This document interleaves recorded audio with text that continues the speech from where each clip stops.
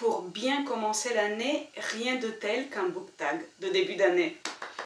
6 questions et 6 réponses sur les livres, la lecture et bien plus. Restez avec moi. Bonjour et bienvenue à tous et à toutes, je m'appelle Manuela et je suis italienne. J'espère que vous avez bien commencé l'année. Alors, pour la vidéo d'aujourd'hui, je dois vous dire que j'avais prévu autre chose en fait. Et puis, je suis tombée sur ce book tag sur une chaîne espagnole. Je l'ai trouvé sympa, donc j'ai moi-même traduit les questions en français. Et je suis prête pour vous donner mes réponses. C'est parti! Première question. Combien de livres vas-tu lire en 2022? Alors en fait, je ne pourrais pas vous donner de réponse précise à cette question. Je suis vraiment incapable de le faire parce que le nombre de livres que je vais lire va dépendre de beaucoup trop de choses, beaucoup trop d'éléments, beaucoup trop de situations pour que je puisse faire une prévision qui tienne la route, qui ait du sens, quoi. Donc voilà, ça n'aurait vraiment aucun sens que je donne un chiffre comme ça.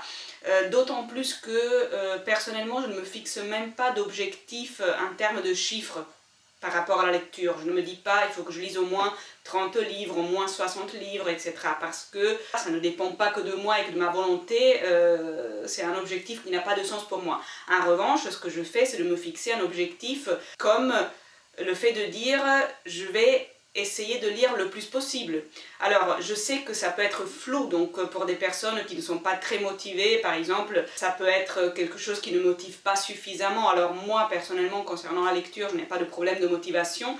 Donc, le fait de dire je vais lire le plus possible, pour moi, c'est quelque chose de concret. Je n'ai pas besoin de plus pour me motiver, entre guillemets. Je peux vous dire qu'en 2021, j'ai lu 36 livres. Est-ce que c'est beaucoup? Est-ce que c'est peu? Ben évidemment, j'aurais préféré lire plus, mais voilà, on fait ce qu'on peut avec ce qu'on a en termes de temps et de disponibilité et de tout le reste, donc, et de conditions. Donc voilà. Deuxième question. 5 livres prioritaires pour 2022. Alors ici voilà, j'ai une idée absolument claire pour le premier livre prioritaire pour cette année. Il s'agit d'un livre qui s'intitule Le pain perdu de Edith Bruck. Voilà, moi je le lirai en italien, c'est celui-ci, l'original est italien, mais ce livre vient tout juste de paraître en français, donc voilà, il est disponible pour vous qui m'écoutez en français. Edith Bruck est une autrice née dans une famille d'origine juive et hongroise qui a été déportée, qui a subi la déportation, qui a survécu à la déportation. Plus tard, elle s'est installée en Italie et elle a choisi l'italien comme langue d'écriture. Donc voilà, il s'agit d'une autrice que j'ai très envie de lire. D'autant plus que l'année dernière, j'avais écouté plusieurs interviews qu'elle avait données et j'avais trouvé son témoignage extrêmement poignant, émouvant, extrêmement fort, voilà, quelque chose d'absolument incroyable. Donc voilà, j'avais acheté ce livre et je l'avais gardé, je l'ai gardé jusqu'à maintenant parce que si vous me suivez, vous le savez peut-être, depuis quelques années, au mois de janvier, pour contribuer à ma manière à la journée de la mémoire des génocides et de la prévention des crimes contre l'humanité, je lis au mois de janvier des auteurs qui sont des auteurs qui ont écrit sur ces sujets, sur l'Holocauste, sur la déportation, sur ce moment historique. Et donc voilà, cette année, j'ai choisi de lire cette autrice, Edith Bruck. Je vais d'abord lire Le pain perdu, qui, je vous le rappelle encore une fois, vient de paraître en traduction française. Et puis je vais lire un autre livre de la même autrice, un livre qui s'intitule « Qui t'aime ainsi ». J'aurai l'occasion de vous reparler certainement de cette autrice et de ses livres. Ensuite, 2 autres livres qui sont prioritaires pour moi en 2022. Il s'agit de 2 livres d'Anne Plantagenet. Le premier des 2 livres que je vous cite est le livre que je suis en train de lire en ce moment, précisément, 3 jours à Oran. Et un autre livre de la même autrice que je lirai plus tard, certainement dans quelques semaines, dans quelques mois, Nation Pigalle. Anne Plantagenet est une traductrice, elle est aussi écrivaine. J'ai voulu découvrir sa plume et ça a été une magnifique découverte, je dois dire. Au mois de décembre, j'ai lu un roman qui s'intitule D'origine italienne et je l'ai vraiment adoré. Je vous le conseille absolument. Je l'ai tellement aimé que je l'ai inclus dans le top 5 de mes meilleures lectures de 2021 pour vous dire si j'ai vraiment apprécié cette lecture, puisque j'avais tellement aimé cette première lecture de cette autrice, j'ai eu envie d'aller plus loin. Donc voilà, Anne Plantagenet. Et pour le 5e livre, je ne vais pas vous donner un titre spécifique, mais plutôt un sujet, un thème. Si vous me suivez, vous savez peut-être que le sujet de la communication non discriminatoire, non sexiste m'intéresse particulièrement. C'est un sujet qui me paraît passionnant et qui me paraît très important, même pour les non-spécialistes, même pour les gens qui n'étudient pas la linguistique, parce que la langue nous concerne tous, la langue nous concerne de près. La langue, c'est ce qui exprime, ce qui représente notre identité, c'est l'outil que nous avons pour nous exprimer, pour nous représenter le monde, pour communiquer avec les autres, pour dire qui nous sommes. Enfin bref, la langue est quelque chose qui a une importance immense pour nous tous. Donc la réflexion sur la langue pourrait être intéressante pour tout le monde. Alors moi, ces derniers mois, j'ai fait plusieurs lectures d'essais donc sur ces sujets-là. J'ai lu des livres en italien et récemment, j'ai lu un livre en français que je vous conseille absolument, celui-là, Le cerveau pense-t-il au masculin. On lit ici une phrase qui est très claire, qui explique très clairement de quoi il s'agit. De nombreuses pratiques langagières courantes nous contraignent à percevoir le monde à travers un prisme masculin. Ça, c'est un fait. Ça ne se discute pas si l'on veut. Maintenant, il est très intéressant de voir, comme les auteurs de ce livre le font, à quel point cela a un impact réel et concret sur notre vision du monde, sur notre manière de voir les choses et sur notre manière de nous imaginer, d'imaginer nos possibilités.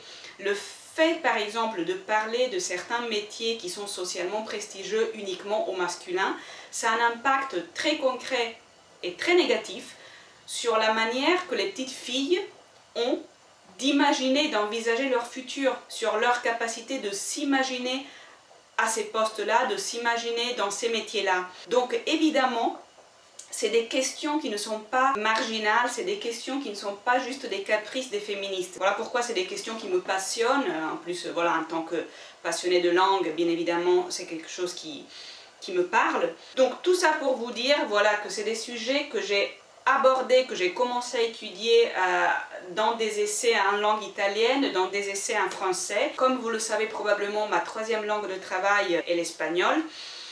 Donc un objectif pour 2022 est celui de lire des essais en langue espagnole sur ces sujets. 3e question, quel genre littéraire liras-tu le plus en 2022?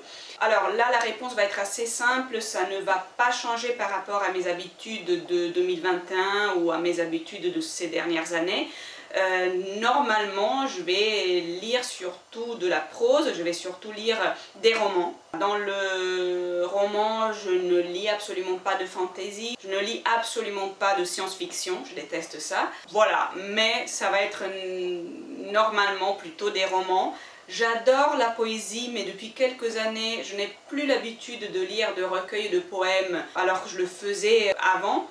Je l'ai beaucoup fait bien évidemment pendant mes études, au lycée d'abord et à la fac ensuite, bien évidemment en ayant fait des études de littérature. Voilà, j'ai énormément lu et énormément étudié la poésie. J'avais aussi l'habitude pour mes lectures personnelles effectivement de lire des recueils de poèmes, et puis c'est quelque chose que je ne fais plus, mais j'adore la poésie, hein. Sauf que je la consomme de manière plus ponctuelle, pour ainsi dire. Si j'ai envie de relire un poème qui me plaît, je vais chercher dans mes livres, je le relis, voilà, je picore si vous voulez. 4e question, 3 objectifs non liés au livre. Alors, le premier objectif non lié au livre est très clair pour moi, faire du sport.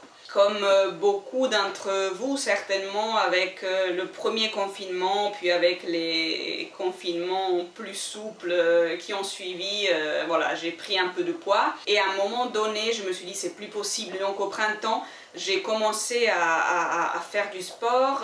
Je me sens mieux à partir du moment où je me suis remise à bouger un petit peu. Donc c'est quelque chose d'important et je veux continuer à le faire en 2022. C'est un objectif clairement. Le 2e objectif est celui de retourner en Espagne. L'Espagne est un pays que j'adore, l'espagnol est une langue que j'adore Et même si je parle espagnol tous les jours parce que l'espagnol est vraiment ma langue principale de travail, le fait d'aller vraiment en Espagne, de marcher dans les rues de, je sais pas moi, de Barcelone ou d'une autre ville espagnole me manque énormément. Le contact plus direct avec l'espagnol me manque beaucoup. La nourriture espagnole me manque beaucoup. On mange tellement bien en Espagne. Enfin voilà, il y a 1000 raisons pour lesquelles j'ai envie de retourner en Espagne. Je n'y suis pas allée depuis plus de 2 ans. La dernière fois, c'était avant le début de la pandémie, donc voilà, il est vraiment temps pour moi d'y retourner. J'espère pouvoir le faire au plus vite. Et puis le troisième objectif, pas facile, c'est celui d'être un peu plus en paix avec moi-même. C'est très important, ça serait très important, ça serait indispensable même, donc voilà, c'est un objectif qui compte beaucoup pour moi. 5e question, un livre que tu dois absolument lire.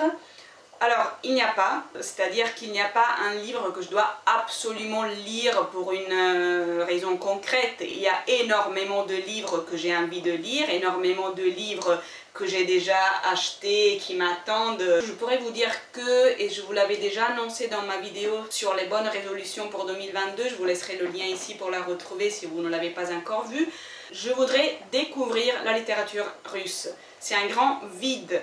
Un énorme vide dans mes connaissances littéraires, donc voilà, j'ai envie de découvrir un petit peu la littérature russe. 6e question, un mot qui décrira ton 2022. Il est compliqué d'utiliser un futur ici, un mot qui décrira, je ne sais pas, ça on pourra le dire après coup. En revanche, je peux vous dire un mot que je voudrais pour mon 2022 et ce mot est légèreté.